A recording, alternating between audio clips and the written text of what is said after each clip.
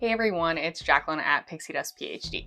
If you watched my recent trip announcement / advanced dining reservation live look-in video, you will know I was not 100% successful snagging all of the advanced dining reservations we had hoped for.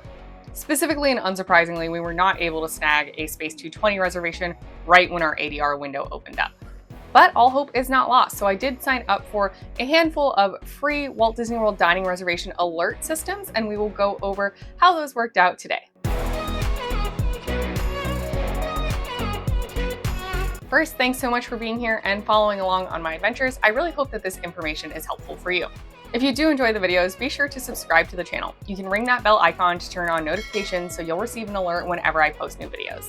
And thanks so much to all the lovelies who have already liked the video and are planning to comment down below or share with friends. Let's get into it. As a brief reminder, or if you didn't watch that prior video, the goal here is to get a Space 220 reservation either at the restaurant for lunch or at the lounge anytime.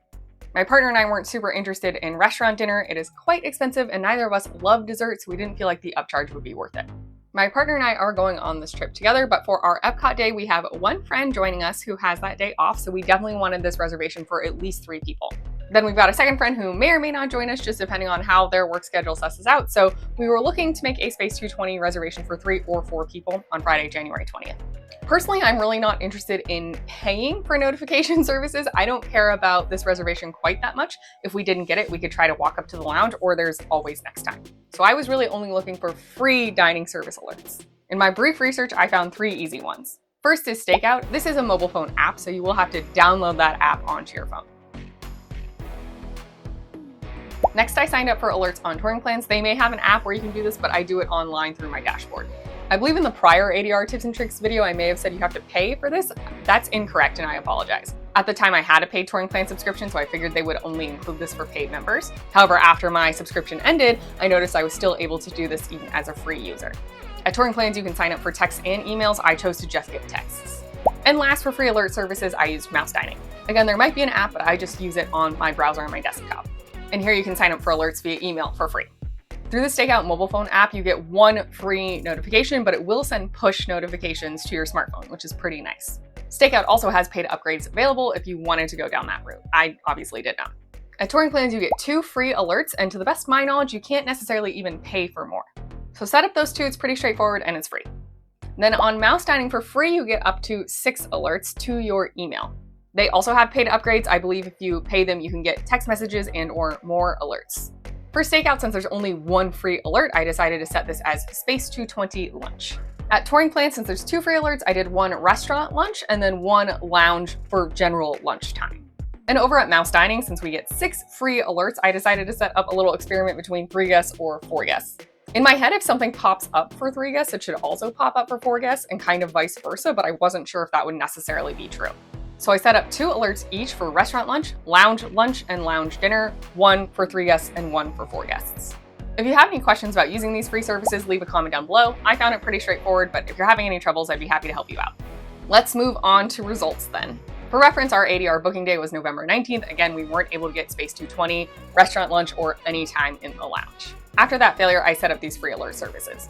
For the most part, alert services will begin checking reservation availability at 60 days out, not before then, even if you have an on-site hotel reservation that qualifies you for more than a 60-day window. So we waited a few days, and then the services began checking for reservation availability, and we were just waiting for alerts. The first one came on November 24th, so pretty shortly after there through Mouse Dining. This was for a lunch restaurant reservation. The next one we had to wait a little bit. It wasn't until December 12th. This was a Mouse Dining email alert for a lounge reservation. And in these cases for Mouse Dining where I'm saying for 3 or 4, that means I got 2 emails, one that said you could book this for 3 people and one that said you could book this for 4 people. Same time though, so clearly the same reservation. The following day, on December 13th, there was a 12:30 lunch reservation for 3 people that became available. First, I got an email from Mouse Dining at 12:10 p.m.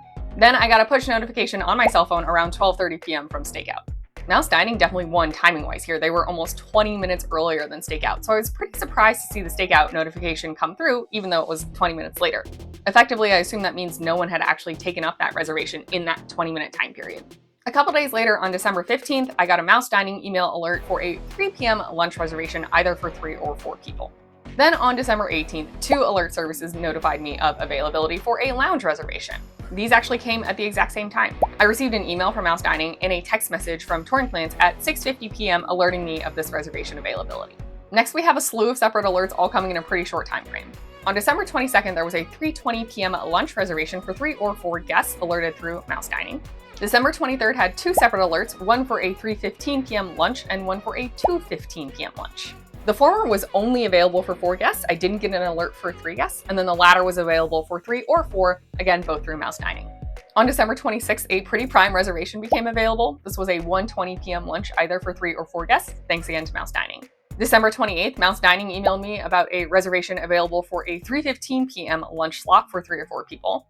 And interestingly, on December 29th, I got an email from Mouse Dining alerting me to a 4:30 p.m. lunch in the restaurant available for 3 or 4 people. I did triple check this. It really was marked as lunch in the restaurant, but lunch ends before then, so this would have been a dinner reservation. Then later on December 29th, I had 2 alert services come through. These were both for a 2:05 p.m. lunch. I received an 8:03 push notification through Stakeout. This was for 3 guests because I'd only set it up for 3 guests, so I went ahead and booked that. Then 1 minute later, I got the email from Mouse Dining that it was available for 4 people. Interestingly, I did not get an alert from Mouse Dining saying this was available for 3 guests, even though it clearly was. After finishing my reservation for 3 guests through Walt Disney World, thanks to that Stakeout push notification, I went ahead and modified it to 4 guests. I had seen the email from Mouse Dining come through, clearly was available for 4, and I was able to toggle that exact same time from 3 guests to 4 guests. As you can see, there were a lot of alerts, and I was trying to get them as they came through, but I was mostly unsuccessful until December 29th. As of December 30th, here's the tally. Mouse Dining was in the double digits for alerts for available reservations. And importantly, I'm not counting a reservation at the same time for 3 guests versus 4 guests as 2 separate alerts. Those are being counted as 1 alert in my case. If you didn't realize it already, if you go back through the video, I think you'll realize just how many alerts Mouse Dining really was producing. And notably, the notifications I received from Stakeout and Touring Plans did overlap with what I was getting from Mouse Dining. Essentially, everything those 2 services gave me, Mouse Dining also gave me. In terms of 3 guests versus 4 guests, that was an interesting experiment, and I don't have a total conclusion here.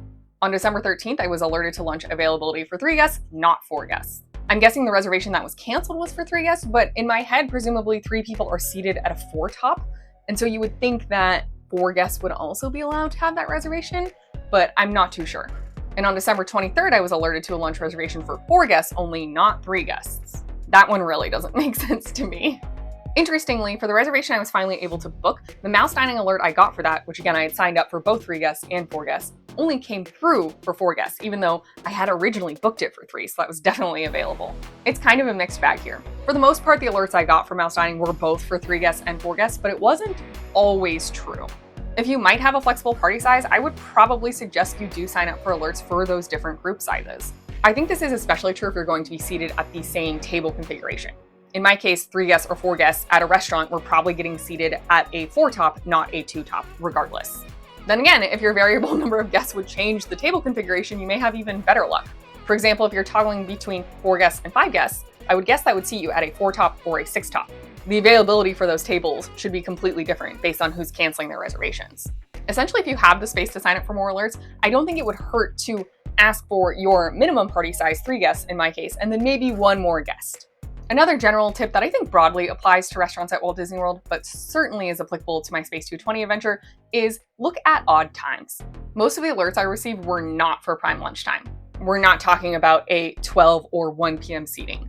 Most of these came through for, 2:15, 3:15, 3:20, that 3 o'clock range was very popular.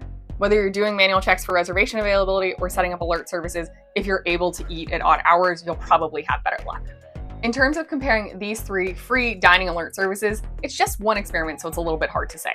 But generally, I do think that the numbers speak for themselves, and we got a ton of alerts out of Mouse Dining and just not so many from Stakeout or Touring Plans. If I were to pay for a service to look for dining reservations, for me, I would go with Mouse Dining.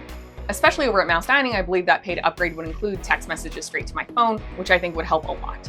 A downfall I have in all of this that you may not share is that I do not receive push notifications for email on my phone. I do this to protect my mental health and sanity. So you can see I was getting all those Mouse Dining alerts, and I do check my email fairly frequently. Sometimes I would only miss it by a minute, but even that minute was too long. I think in many cases, people may pay for the service and then they do get the text message to their phone. They're able to just click a link and go to the Walt Disney World website and book it immediately, whereas I have to actively think about checking my email and then check it and go through those steps instead of being prompted via a text message. I believe Mouse Dining, and in general, a lot of these alert services are fairly popular with travel agents as well.